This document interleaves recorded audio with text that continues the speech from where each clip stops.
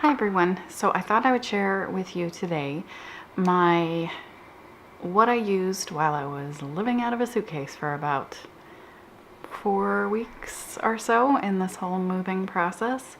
First I'm going to put a lip on. I am so happy that I have unpacked some of my makeup, so I have my liquid lips again. I was really missing them. So let's do that first. That's a pretty wobbly lip line there.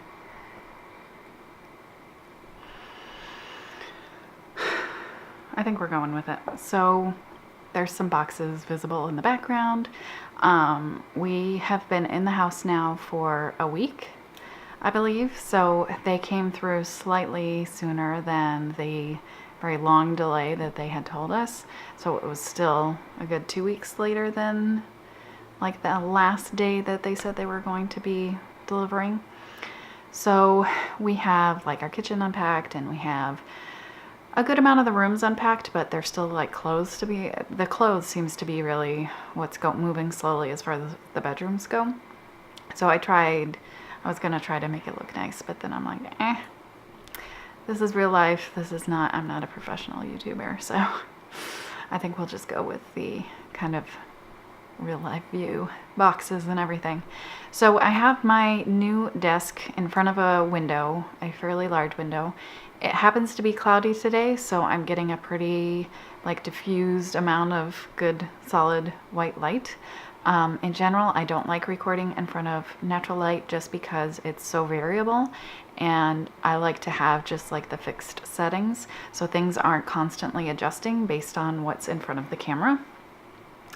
So I don't know what I'm gonna do going forward. I don't have the light bulbs to my lights, and I'm not sure that they came with us. I feel like we're missing some things, and the light bulbs seem to be a common theme. So I really don't know if there's like a box full of light bulbs somewhere. I don't know. So right now the window is my only option, so that's what we're going with. Lots of whooshing as usual. Got the white noise of the boys' rooms, and the ceiling fan is on because our air conditioning is broken. It's like, welcome to your new home. Here's a broken air conditioning. Well, we did have AC for several days, but now we don't. Supposedly somebody's gonna come maybe today, so we'll see. It's only been like low 80s, so it's tolerable. We do have 2 floors now, so up here on the 2nd floor it is a bit warmer. But anyway, to get to the makeup that I really relied on with all this time spent in somebody else's house living out of a suitcase, like I brought my makeup with me, so we used professional movers for everything except a few things, and one of those few things was my makeup collection. So I did pack that myself, put it into boxes, like file boxes, and that went in my car with me. So there are a few things here that are just kind of perennial favorites for me, and then some new things that I discovered while I was like an order I had placed with Mac. I think it was using that 25 off 75 voucher that Gilt had offered. And it also came with some other free gift and whatever. But anyway, so some of this is new. Some of it is like, I'm missing something in here. Some of it I think I've already talked about, but let's just get going. I'm like super scatterbrained because I really had not thought about this video. I'm just like, oh, I need to take the opportunity to make a video, so let's do it. So I just sat down. I'm like, I'm not even sure what I'm going to talk about. So not the most planned situation. So the first thing I want to talk about, because I've just been liking it so much, is from that Mac order, I picked up the Studio Fix Powder Foundation in NC10. So I tried applying it with the sponge it came with at first and really didn't like how it looked. And it felt super dry. So what I did was I've been taking the Real Techniques blush brush. So I apply maybe a light to medium coverage amount of this. And after that, it's quite powdery and feels a little dry. So what I've been doing, and I feel like it's really made a big difference, is using the Glossier Soothing Face Mist, the rose water spray. So I do probably 6 or 7 sprays of this just like throughout my whole face, and it makes it so it doesn't feel dry. It doesn't look as powdery. So many times I've used setting sprays and it's like, sure, when it's first on, it looks better, but then it like dries and it looks the same. This combo seems to really work well for me, and it truly takes away that powdery look. It leaves my skin looking a little bit more, it's almost like it's super natural, which I don't think you might expect from this powder, since it can definitely be very heavy and like a really makeup-y kind of look. But this seems to give it a super natural finish, and it actually lasts well throughout the day, and it just kind of fades naturally in the places that it does fade, in my more oily areas. But it doesn't get super oily looking, and I don't know, I've just been really enjoying that combo since I got that, and I pretty much have been using that exclusively since I got it. Just my kind of regular old standby Urban Decay Primer Potion in Enigma. This one just, it's a necessity. The only shadows I can wear without a primer are the ColourPop Super Shock shadows. Everything else will crease if I don't use a primer. Something that I think I've talked about several times now is this Maybelline Single and Soft Pearl. So I really like this as a subtle face highlight. It's good as a shadow too, but what I've been using is, I've also used this for blush, so it's starting to look a little funky, is this Real Techniques fan brush. And then it just gives me a really light highlight that's natural and not funky looking. Since this like face powder situation I've got on, I don't really need to put anything on my nose to give it a little shine. It already has some kind of a natural sheen. So I really like that as a highlight. And I used this pretty much exclusively the entire time I was traveling. So that's saying a lot, I think. I also did not bring any other highlight, so. But I liked it enough that I used it daily. So for eyebrows, I really have used this L'Oreal Brow Stylist Definer, and this is in, is it dark brunette? Or is it? Yeah, dark brunette. So it's that kind of brow wiz style. Let's see how much I have left. So I've used probably 2/3 of it, I would say. Maybe a little more than half. And that's what I have for a brow pencil today. I just use it to kind of fill in the sparse areas. And then for an overall color and getting it to stay a little bit less crazy droopy, I use the Brow Stylist Plumper from L'Oreal. And I got the shade in, let's see, medium to dark. So I've used the light to medium for a really long time, but since I hadn't dyed my brows since before we moved, I really needed the darker shade. So I picked up the darker shade. It really has a good amount of hold. I have very long brow hairs, and when I use other tinted brow gels, they tend to really kind of droop down at the ends especially. So this one holds my brows pretty well, and I like the color. It's a nice ashy brown, which I think most people are looking for. And if you are looking for a warm brown, I feel like there's a lot of options. For mascara, but there aren't as many for the cool brown. Totally scatterbrained. Mascara, the entire trip I have used, makes it sound like I went on vacation. This whole ordeal, I pretty much have exclusively used this Voluminous Lash Paradise L'Oreal mascara. This is sounding like a L'Oreal ad. If only I got paid by anyone to do this. So this is in Blackest Black, and it's the regular formula as opposed to waterproof. Obviously the internet has been all a Twitter about this. At least YouTube has. So it is one of those kind of goopier styles, and I really like the brush. I feel like it really grabs onto my lashes. In general, I like this one, though I do find, I picked it up like right after Tati did her video about it, and so I've only had it, I don't know, like a month and a half.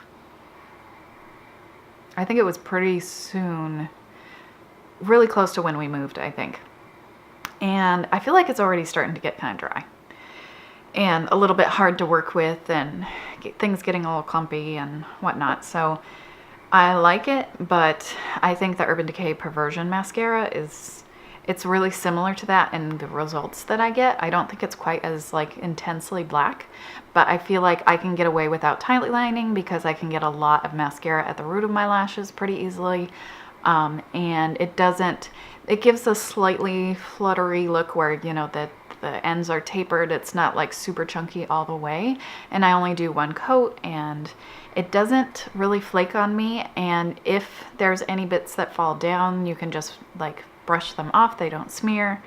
But I really haven't had much flaking. I can wear it on my lower lash line, but I do tend to just have issues applying it just because it is that thicker style brush. But in general, I like it, but I have a feeling that I would need to buy it more often than the Perversion mascara, though I have not tried that full size. I've only used it in a deluxe sample, so you never know. Sometimes full size really is, the mechanics don't seem to work the same. So I have another deluxe sample of the Perversion mascara, but then I have that Lash Stash voucher, so I could go get the full size, and I would be very curious to see how that works versus the deluxe sample. But this video, I wasn't talking about that mascara, I'm talking about the Lash Paradise. I think it's nice. I think if you like that style mascara, it's definitely worth a try because it's drugstore and you can use coupons, etc. But I think that it's not the be-all, end-all.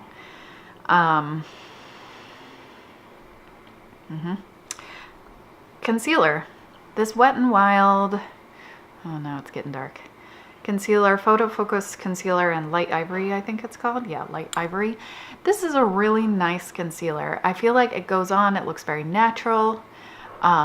It's a little bit more of a corrector shade for me, so I think it does better with this inner corner kind of funkiness that I have going on. Not funkiness. I have a lot of like bluish green right in there, and then a little bit more of that really different colors in the corners, and I feel like it doesn't completely cancel that out, but this part of my eye really doesn't take makeup very well, so it tends to be kind of dry and flaky. And this, I don't think it's gonna like not show that you have flakes entirely, but I feel like it really doesn't catch weirdly. It doesn't look dry under my eyes, and I also don't need to set it. So it's just a really nice formula, and it's very accessible and affordable. He wanted the waves on his white noise machine on because I forgot to turn them on. He's in a big boy bed. He's in a regular size bed now, like a full it's one of our futons. So we just gave him that because he was ready, and we were using regular beds while traveling and in my brother's house. So it's like, all right, well, we're gonna go to a regular bed now. He's gonna be 4 in August. Obviously, he's well within the age of being in a regular bed now. So yeah, anyway. He could totally get out of bed and turn on his waves, but why do that when you can just whine and have somebody turn them on for you? All right, last thing. I feel like I could almost get rid of every blush I have and just use this one because really it's all I end up using anyway. It's the Too Faced Love Flush Blush in Baby Love. I have a not insignificant dip in it. I have been trying to save this bunny, but it didn't happen. The other bunny's long gone, and this one bunny is also fading fast. But at least I still have a little bit of the pattern on this side still fully visible. I really like the color of this. I feel like it goes with just about everything. It's not so pigmented that I like make a mess when on my cheeks. I still do go overboard sometimes. When I'm using a brush, I'm not as aware of like, oh yeah, it's gonna pick up a lot more product than what I normally use. So it does have a tiny bit of maybe just, it's in between kind of matte and satin. I think it doesn't have like a super strong sheen, but it's also not 100% matte. And yeah, I just feel like it really gives me kind of a natural flush.